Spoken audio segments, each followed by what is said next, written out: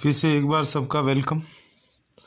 आज अपन एक नया चैप्टर स्टार्ट करेंगे, क्वाड्रेटिक इक्वेशन, जो बहुत इंपॉर्टेंट चैप्टर है। हर फ्यूचर मैथ्स में भी आते रहेगा। Quadratic equation very very important चीज़ है, अच्छी तरह समझना। कुछ डाउट होता है तो यू कैन आस्क मी। और पिछले चैप्टर्स भी जो जो कंप्लीट हुए हैं, AP, coordinate geometry, probability, polynomials, real numbers, circles, अगर कहीं कोई समस्या आती है कोई भी प्रॉब्लम में या कोई कॉन्सेप्ट पे, आप मुझसे पूछ सकते हो विदाउट एनी हेजिटेशन। अब देखो,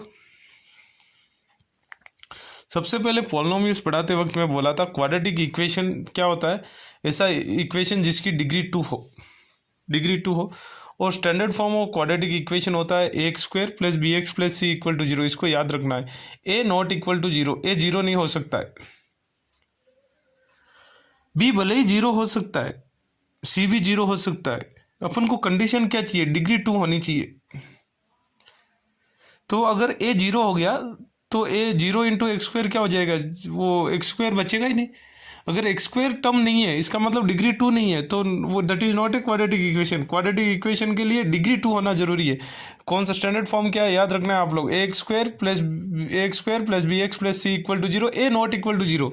बी और सी जीरो होने दो। अगर सोचो बी जीरो है तो क्या बनेगा, ए स्क्वायर प्लस सी, डिग्री तो टू है ना। या बी और सी दोनों जीरो है तो क्या बचेगा, ए स्क्वायर, डिग्री तो टू है ना, वो भी क्वाड्रेटिक इक्वेशन ही कहलाएगा। अपने को नंबर ऑफ टर्म्स गिनना नहीं है, अपने को खाली ये देखना है डिग्री टू, पावर टू होनी चाहिए इक्वेशन के अंदर वेरिएबल की, तो वो क्वाड्रेटिक इक्वेशन होगा। ठीक है, इसकी डिग्री टू है तो इसके कितने रूट्स होंगे, दो रूट्स। क्वाड्रेटिक इक्वेशन के कितने रूट्स होते हैं, दो रूट्स या जीरोस। मैंने पॉलिनोमियल्स पढ़ाते वक्त ही बोला जीरो वो बोलो या रूट्स बोलो, बात एक ही है। अब जो ये रूट्स या जीरोस होते हैं इनके तीन तरीके फाइंड आउट करने के, और एग्जाम में वो पूछता है कि कौन सा मेथड से करना है, तीन मेथड से। और एग्जाम में वो कोई मेथड का नाम मेंशन कर देगा तो वो मेथड से ही करना है। अगर नाम मेंशन नहीं किया तो आपको तीनों में से जो आसान लगता है वो मेथड कर सकते हो आप। पहला मेथड है कंप्लीटिंग स्क्वायर मेथड। ये क्या होता है, फोर्थ एक्सरसाइज में पढ़ाते वक्त बोलूँगा मैं। कंप्लीटिंग स्क्वायर्स मेथड का नाम है।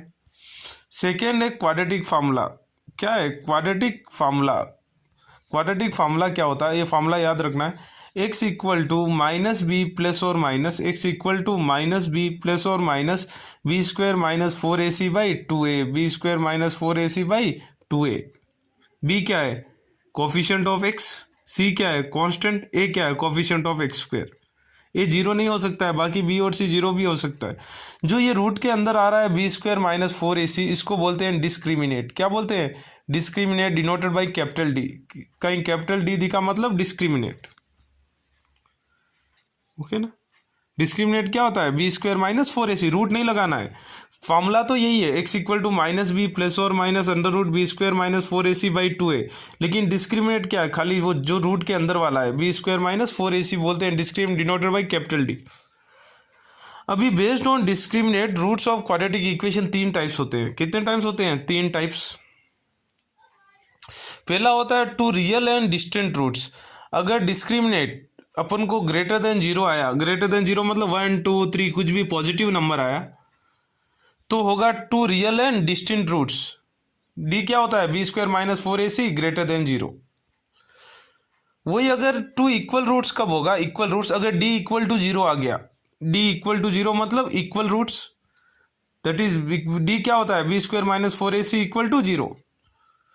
वही अगर कॉम्प्लेक्स या इमेजिनरी रूट्स होते हैं जब discriminate that is D less than zero आ गया, नेगेटिव आ गया, माइनस थ्री माइनस टू कुछ भी नेगेटिव वैल्यू आ गया, that is b square minus four a c less than zero आ गया, तो रूट्स होते हैं कॉम्प्लेक्स यो इमेजिनरी। बात एक ही है।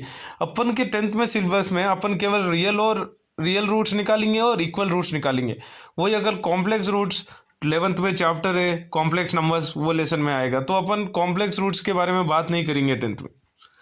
तो पहला मेथड हो गया कंप्लीटिंग स्क्वायर मेथड, दूसरा हो गया भाई क्वाड्रेटिक फार्मूला, और तीसरा है भाई फैक्टराइजेशन। फैक्टराइजेशन आपको पता है स्प्लिटिंग करना, बीच वाले टर्म को दो पार्ट्स में डिवाइड करना है, वो फैक्टराइजेशन। ठीक है ना, चलो आगे चलते हैं, क्वेश्चंस पे चलते हैं डायरेक्टली।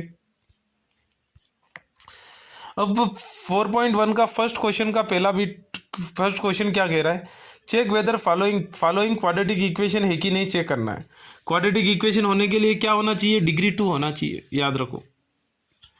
अब पहला बिट है x plus one whole square equal to 2 into x minus 3 है। देखो LHS में क्या है, x plus one whole square है तो ए स्क्वायर, एक्स के ए की जगह क्या है x square plus 2ab, 2 into x into one, 2x plus b square, 1 का होल स्क्वायर 1। RHS से 2 से ब्रैकेट खोल दिया, 2x माइनस 3, 2x माइनस 3। अब पूरे LHS में लेके आ गया x square plus 2x, RHS का प्लस 2x आएगा तो माइनस 2x, LHS में क्या है प्लस 1, RHS से माइनस 3 आया तो प्लस 3, प्लस 2x और माइनस 2x कैंसिल हो गया, क्या बच गया एक्स स्क्वायर प्लस 4। क्या ये क्वाड्रेटिक है, हाँ है, क्योंकि अपन को b और c से मतलब नहीं है, डिग्री 2 का रहना चाहिए, एक्स स्क्वायर टर्म होना चाहिए, एक्स स्क्वायर टर्म है, देयरफॉर इट इज क्वाड्रेटिक। जो इक्वेशन की डिग्री 2 होती है वो क्वाड्रेटिक, ठीक है। अब सेकेंड बिट देखते हैं, x square minus 2x equal to minus 2 into 3 minus x, minus 2 into 3 minus x, ये क्वाड्रेटिक है कि नहीं देखना है। LHS क्या है x square minus 2x, RHS minus 2 into 3 minus x है, माइनस 2 से minus 2 into 3 minus 6, minus 2 into minus 2x क्या हो गया प्लस 2x। एक साइड लेके आ जाओ। अब LHS क्या है एक्स स्क्वायर माइनस 2x है, RHS से प्लस 2x LHS में आ गया तो माइनस 2x, माइनस 6 RHS से LHS में आ गया तो प्लस 6। अब ये क्या हो गया x square minus 2x minus 4x plus 6 equal to 0। ये इक्वेशन की डिग्री क्या है x square minus 4x plus 6, degree 2 है तो इट इज क्वाड्रेटिक, ठीक है। अगला बिट चलते हैं, थर्ड बिट। ये क्या कह रहा है, x minus 2 into x plus 1 equal to x minus 1 into x plus 3। इसको चेक करना है डिग्री 2 क्वाड्रेटिक है कि नहीं। अब देखो पहले ये x into x x square, x into 1 क्या हो गया plus x, minus 2 into x minus 2x, minus 2 into 1 minus 2। इधर भी same x into x x square, x into plus 3x, minus 1 into x minus 1 into 3 plus 3 minus 3। अब x square दोनों side cancel हो गया। अब LHS में क्या बचा है एक्स माइनस 2x क्या हो गया माइनस एक्स हो गया, क्योंकि दो बड़ा नंबर है, x minus 2x minus x और क्या बचा है माइनस 2। RHS में क्या बचा है 3x माइनस एक्स हो गया 2x और क्या बचा माइनस 3। अब पूरे को एक साइड भेज दो, मैं LHS को RHS लेके जा रहा हूँ 2x, RHS में ऑलरेडी है माइनस एक्स जाएगा तो प्लस एक्स, माइनस 3 ऑलरेडी है माइनस 2 जाएगा तो प्लस 2। अब 2x प्लस एक्स क्या हो गया 3x, माइनस 3 प्लस 1 क्या हो गया माइनस 1 इक्वल टू 0। क्या ये क्वाड्रेटिक है, नहीं है, इधर डिग्री क्या है 1 है तो ये लीनियर होता है। क्वाड्रेटिक क्या होता है डिग्री 2 होना चाहिए, therefore it is not a quadratic equation as its degree is not 2, ठीक है। अब अगला बिट चलते हैं, फोर्थ बिट क्या कह रहा है देखो, x minus 3 into 2x plus 1 equal to x into x plus 5। Bracket खोल दो, एक्स इंटू 2x क्या हो गया 2x square plus x into 1 क्या हो गया plus x, minus 3 into 2x क्या हो गया minus 6x, minus 3 into plus 1 minus 3 और RHS क्या होगा x into x x square, 5 into x 5x। अब देखो LHS को पूरे RHS लेके आ गया, LHS क्या होगा 2x square minus 5x, minus 5x का x minus 6x minus 5x minus 3। RHS का एक्स स्क्वायर LHS में आ गया तो minus x square, plus 5x LHS में आ गया तो माइनस 5x इक्वल टू 0। अब देखो 2x square minus x square, दो एक्स स्क्वायर में से एक एक्स स्क्वायर निकाल दिए तो एक x square, minus 5x minus 10x minus 3 एक ही है इक्वल टू 0। डिग्री क्या हो गई 2 हो गई, देयरफॉर इट इज क्वाड्रेटिक, ठीक है।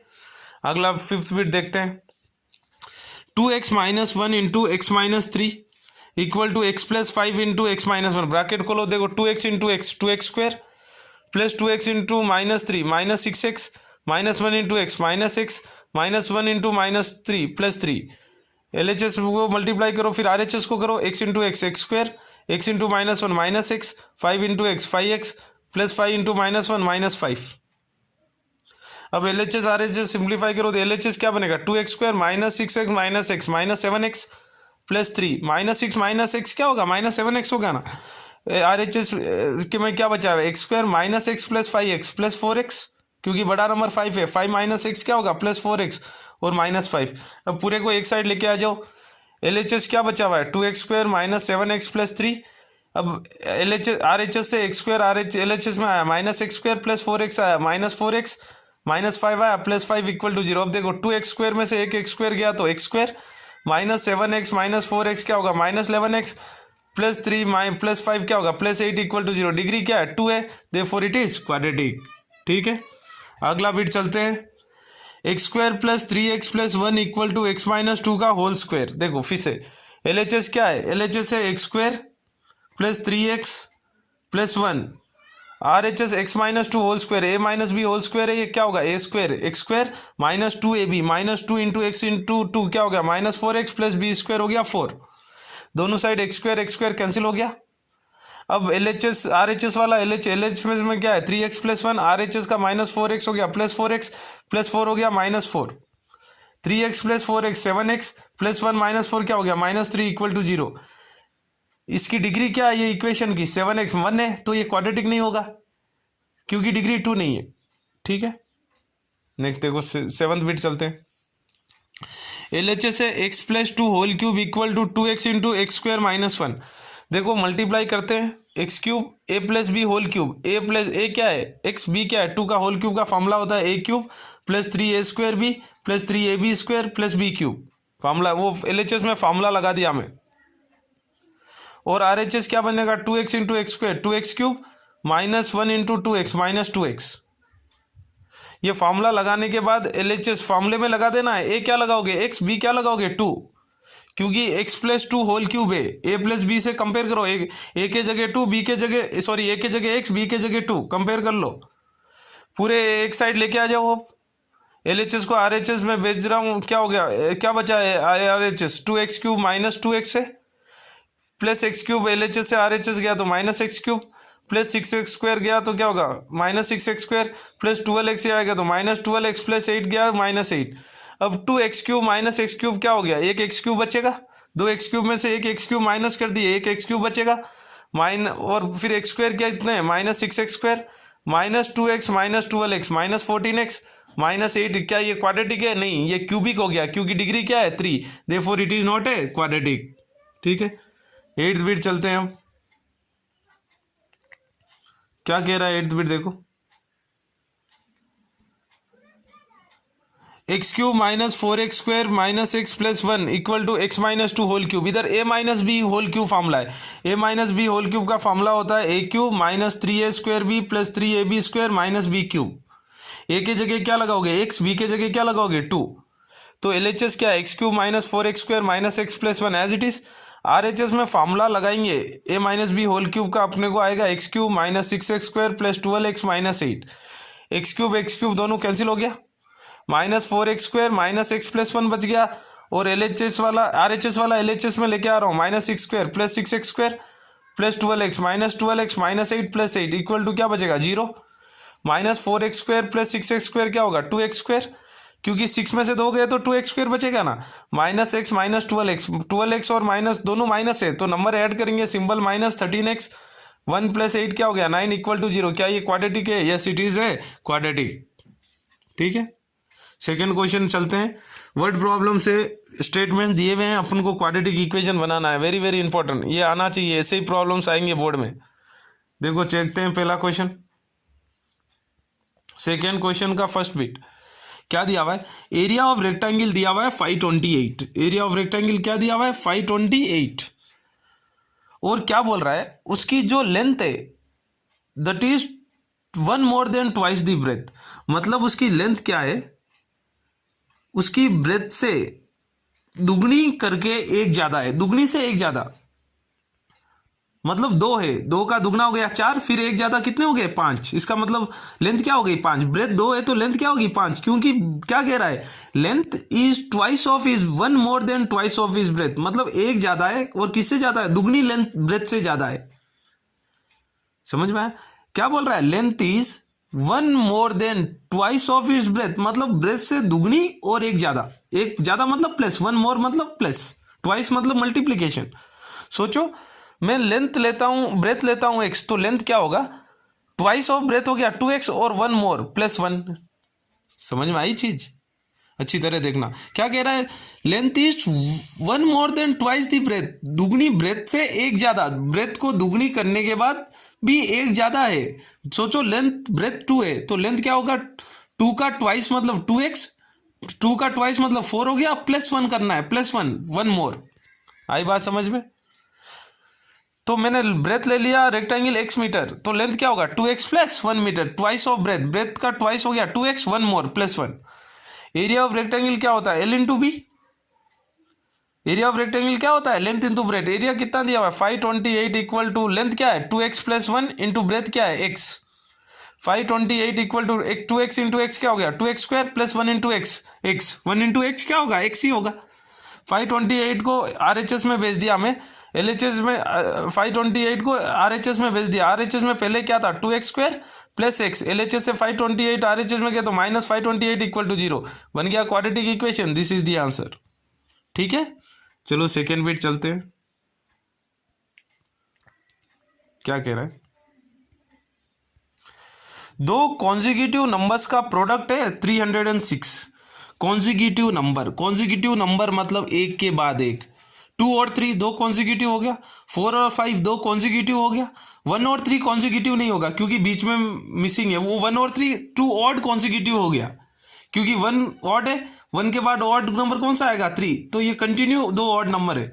लेकिन इधर ऑड इवन कुछ नहीं बोला है, केवल प्रोडक्ट ऑफ 2 कॉन्जिक्यूटिव इंटीजर्स बोला है। कॉन्जिक्यूटिव इंटीजर मतलब एक के बाद एक, 2 3 1 2 4 5 ऐसा कंटिन्यू। तो मैंने दो कॉन्जिक्यूटिव एक एक्स ले लिया, तो उसके बाद वाला क्या होगा x + 1 होगा। समझ में? इन दोनों का प्रोडक्ट मतलब मल्टीप्लीकेशन कितना है 306।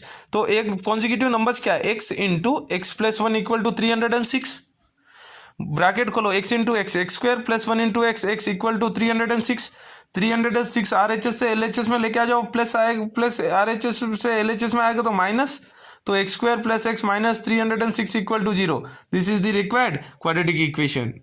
आई बात समझ में? आ गई ना? देखो नेक्स्ट थर्ड बिट देखते हैं सेकेंड क्वेश्चन का।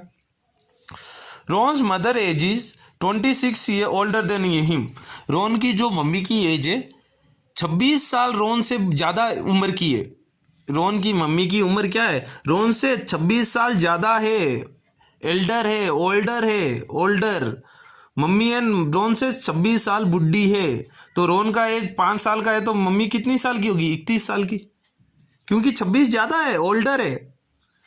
The product of their edges, उन दोनों के मम्मी और रोन की प्रोडक्ट में मल्टीप्लीकेशन कब 3 साल बाद, 3 years फ्रॉम नाउ, मतलब आज से 3 साल बाद जब उनकी एजेस को मल्टीप्लाई करेंगे प्रोडक्ट आएगा 360। ओके ना? मुझे रोन की एज फाइंड आउट करनी है तो क्वाड्रेटिक इक्वेशन बनाओ। फाइंड आउट एज नहीं करनी है, खाली क्वाड्रेटिक इक्वेशन फाइंड आउट करना है, बनाना है। ठीक है, देखते हैं। देखो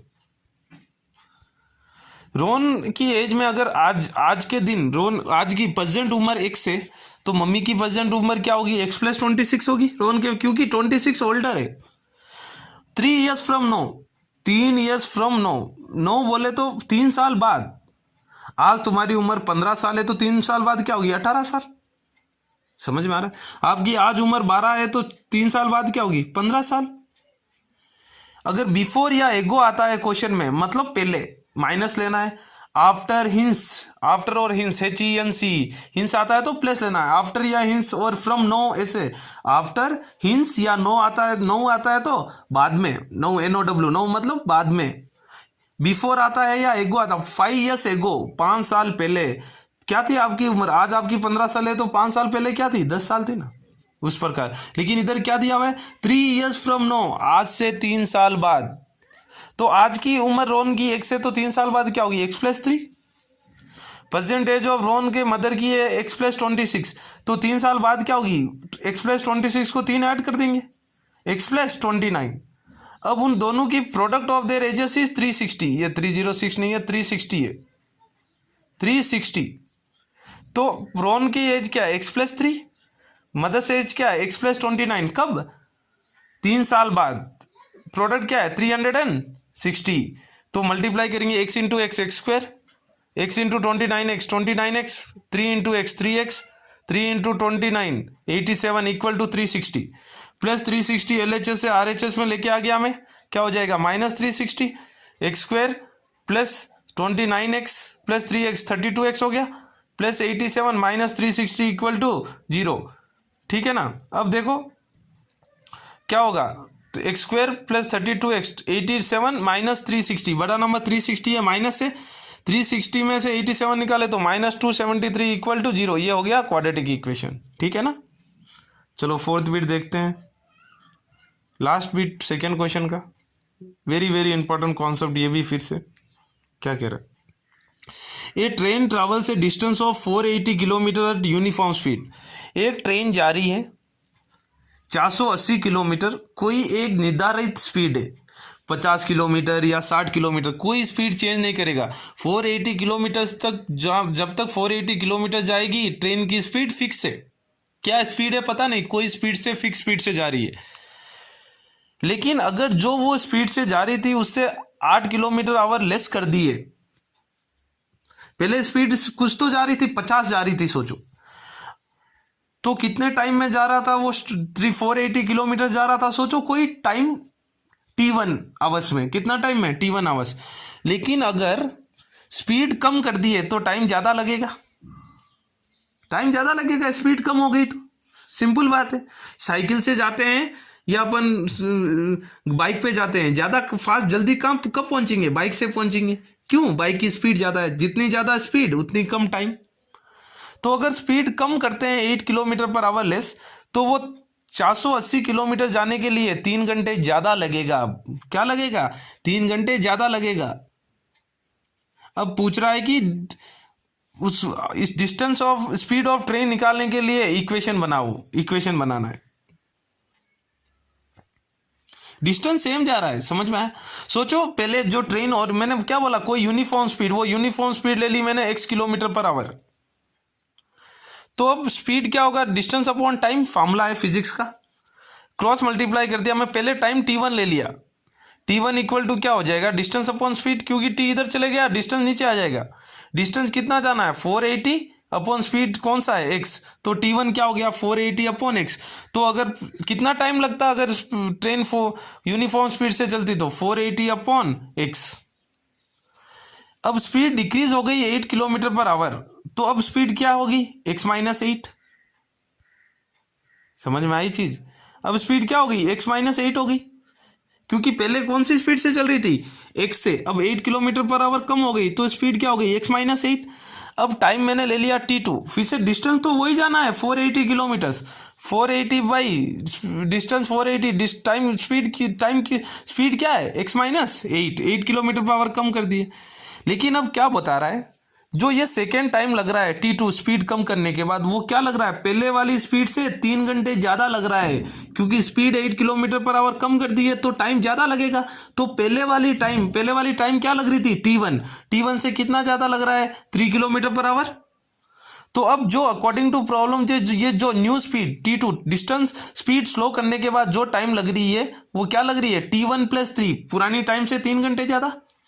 T2 क्या आया है 480 अपॉन x माइनस 8, T1 का आया क्या आया 480 अपॉन x प्लस 3 क्यों है, 3 आवर्स मोर लग रहा है पहली टाइम से। अभी 480 LHS RHS से LHS भेज दिया, ठीक है, 480 अपॉन x RHS से LHS भेज दिया। तो LHS में क्या था 480 अपॉन x माइनस 8 था, और 480 माइनस x RHS से LHS में आ गया है, RHS क्या बचा है 3।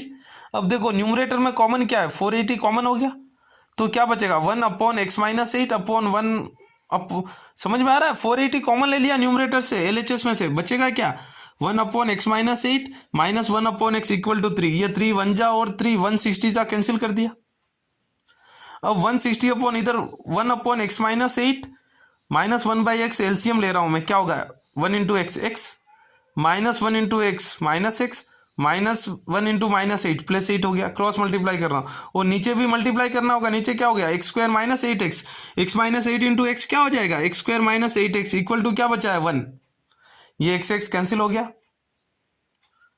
1 इंटू क्रॉस मल्टीप्लाई करके दिया 1 into x square minus 8x क्या होगा एक्स स्क्वायर माइनस 8x, फिर इधर LHS में क्या बचा है 160 इंटू 8 हो गया 1280, तो x square minus 8x equal to 1280। अब 1280 को RHS से LHS लेके आ रहा हूँ प्लस से, तो क्या हो जाएगा माइनस, क्या हो जाएगा x square minus 8x minus 1280 equal to 0। It is required equation. बहुत इंपॉर्टेंट मॉडल है ये, हरदम बोर्ड एग्जाम में पूछते हैं स्पीड, ट्रेन के क्वेश्चंस, एरोप्लेन्स के क्वेश्चंस, ठीक है। जो भी चीज़ बेसिक से समझो, ठीक है। कोई किसी को कुछ डाउट होता है तो डायरेक्टली मुझे पूछ लो, मैं हर एक क्वेश्चन सॉल्व करूँगा, ठीक है ना। पढ़ते रहो, लॉकडाउन ये छुट्टियों को अच्छी तरह यूटिलाइज करो। God bless you.